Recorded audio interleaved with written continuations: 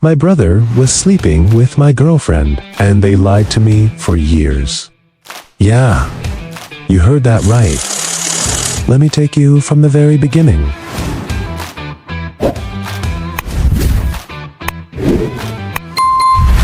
I'm a bear, and people tell me their stories when they have no one else left. This one still feels heavy. He said the worst part wasn't the betrayal. It was how long it took him to realize he and his brother used to be inseparable. Same house, same childhood, same dreams.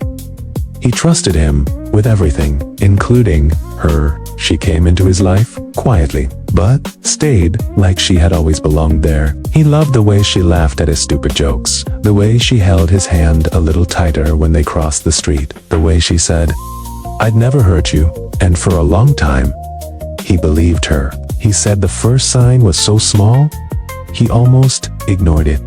A message on her phone, just a name. No contact photo, no context. Just one word, "Are you alone?" He asked her about it. She smiled. Too quickly, "Just a coworker," she said. And he let it go.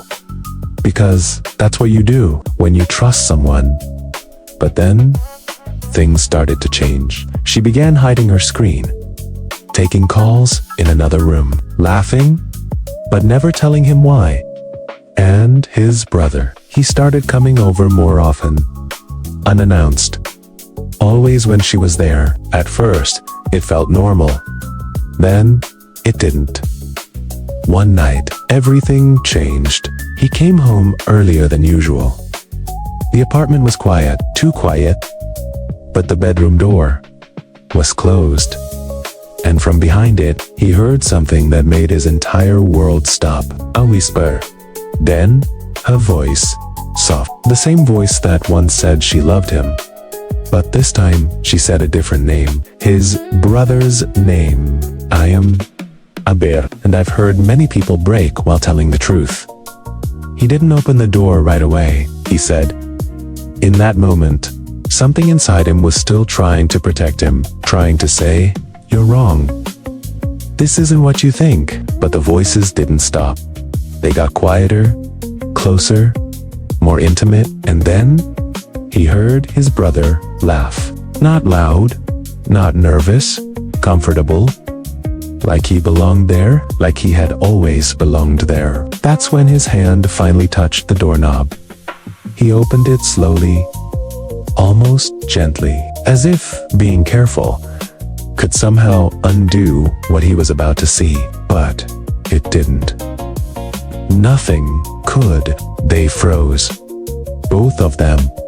Her eyes widened first, then his brother's.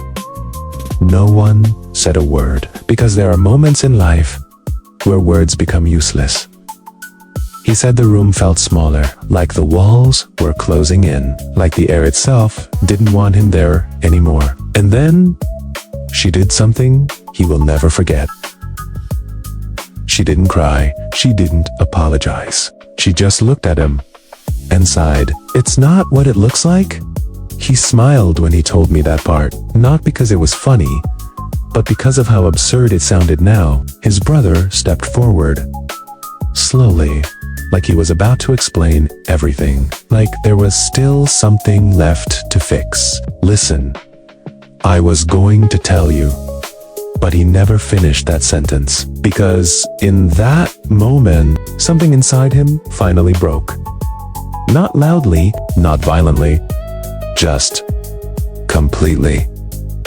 He didn't shout, didn't hit anyone, didn't even ask questions. He just nodded once, turned around, and walked out of his own apartment, leaving behind everything he thought was his life. And as he closed the door, he heard her voice one last time, calling his name. But this time, he didn't turn back. I'm a bear, and I can always tell when someone is no longer telling a story, but reliving it. He said the silence after he left was worse than anything he heard behind that door. No shouting, no explanations, no desperate apologies chasing him down the stairs. Just nothing. Like the world had already accepted what happened. Like it wasn't even surprising. He walked for hours that night. Didn't call anyone, didn't check his phone, didn't even know where he was going. Because when everything you believed in disappears in a single moment, there's nowhere left to go. He ended up sitting on a cold bench in a part of the city he didn't recognize. And that's when his phone finally started vibrating. Once, twice, then over and over again. Her name, name, again. He stared at the screen for a long time, watching it light up and go dark, light up and go dark, like a heartbeat that wasn't his anymore. Then a message came through. I can explain. Another one. It didn't mean anything. And then it just happened. He let out a quiet laugh when he told me that. Not because it was funny, but because of how those words felt. Empty, rehearsed, small, compared to what he had just lost. A few minutes later, a different name appeared. His brother. He almost didn't open it, but something in him needed to see it. Just once. I'm sorry. That's all it said. No explanation, no justification, just 2 words. That came far too late. He said that message hurt more than everything else, because it confirmed one thing he was still trying to deny. This wasn't a mistake. It wasn't a moment. It wasn't something that just happened. It was a choice. Many choices, made over days, weeks, maybe even months. Behind his back, right in front of him, he looked up from his phone and realized something strange. The city was alive. Cars passing, people laughing, someone arguing on the other side of the street. Life was still going on, like nothing had happened. Like his world hadn't just collapsed into pieces, and that's when it hit him the hardest. Not the betrayal, not the lies, but the understanding that tomorrow would come and they would still exist in it. His brother, the person he trusted more than anyone, and her, the person he thought he would spend his life with, together in the same world. Just without him. He said he sat there until his phone died. Because as long as it was on, there was still a connection. And he wasn't ready to fully lose it. Not yet. Not completely. But eventually, the screen went black, and with it, something inside him went quiet too. I'm a bear. And sometimes the quiet after betrayal is where the real damage begins. He said the next morning felt unreal, like waking up in someone else's life. For a few seconds, everything was normal. Then it all came back. At once. Heavy, sharp, unavoidable. He didn't go home. Not that day. Not the next one, either. Instead, he stayed in a cheap motel on the edge of the city. The kind of place where no one asks questions, where the walls are thin, and the nights feel longer than they should. He turned his phone back on eventually. He knew he would. We all do. There were dozens of messages. From her, from his brother, even from mutual friends. Where are you? Is everything okay? We heard something happened. He didn't reply to any of them, except one. His brother. He opened the chat, stared at it for a long time, and finally typed, "How long?" He told me his hands were shaking when he sent it. Not from anger, but from fear. Because deep down, he already knew the answer wouldn't be small. Minutes passed. Then the reply came. 6 months. He closed his eyes when he said that. 6 months.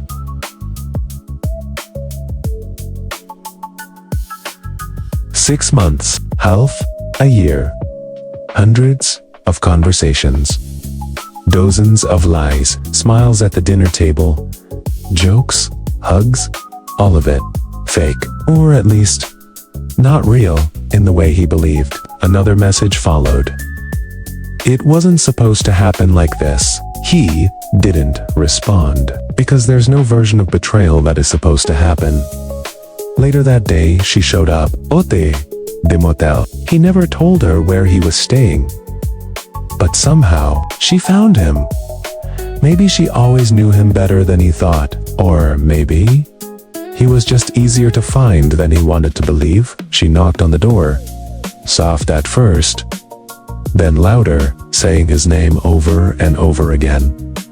The same way she used to when she wanted his attention, when she needed him, when she loved him. He stood on the other side of that door, not moving, not breathing, just listening. Please, just talk to me, she said. I made a mistake. He almost opened it. That's what scared him the most. Not the betrayal, but the fact that a part of him still wanted to forgive her, still wanted things to go back to the way they were, even knowing they never could. He slowly walked closer to the door. Close enough to see her shadow under the frame, close enough to hear her crying. Real crying. Not the kind you fake. And then he finally spoke. Quietly. Almost like a stranger. If it was just a mistake, he paused. His voice barely holding together. Why did it last 6 months? Silence. On the other side. No answer. No explanation. Because there wasn't one. After a while, her footsteps faded. The hallway went quiet again. And this time, he didn't feel like opening the door anymore. I'm a bear. And some endings don't come with closure, they come with acceptance. He said that after that day, everything became simple. Not easier. Just clearer. He stopped asking questions. Stopped checking their messages. Stopped imagining different versions of the past where things could have gone differently. Because the truth was already there, and it wasn't going to change. A week later, he went back to the apartment. Not to fix anything. Not to talk. Just to take what was his. He chose a time when he knew they wouldn't be there. Or at least, he hoped so. The door opened the same way it always had. Familiar, ordinary. Like nothing inside had been broken. But the moment he stepped in, he felt it. That strange feeling when a place still looks the same, but doesn't belong to you anymore. Some of her things were gone. Not all. Just enough. Enough to say she had already started a new life. Maybe with him. Maybe without him. He didn't check. Didn't want to know. He walked into the bedroom last. He thought it would be the hardest part, but it wasn't. Because by then, there was nothing left inside him to break. He packed his things slowly. Clothes, a few books, small pieces of a life that used to feel complete. And then he noticed something on the nightstand. A photo. The three of them. Him, her, his brother, smiling, arms around each other, like nothing in the world could come between them. He stared at it for a long time. Not with anger, not even with sadness. Just distance. Then he placed it face down and left it there. On his way out, he paused at the door, the same door he once walked through every day without thinking. Now it felt like a line between who he was and who he was about to become. He didn't look back. Not this time, not ever again. He told me something before he left. Something quiet, but honest. I didn't lose them, he said. I lost the illusion of who they were. And then he added, and maybe that's what saved me. I'm a bear. A bear, and people tell me their stories when they're finally ready to let them go. This was one of them. You can send your story to my email anytime, and I promise I'll tell it in the next episodes. Subscribe to the channel, drop a like on this video, and let the truth spread everywhere.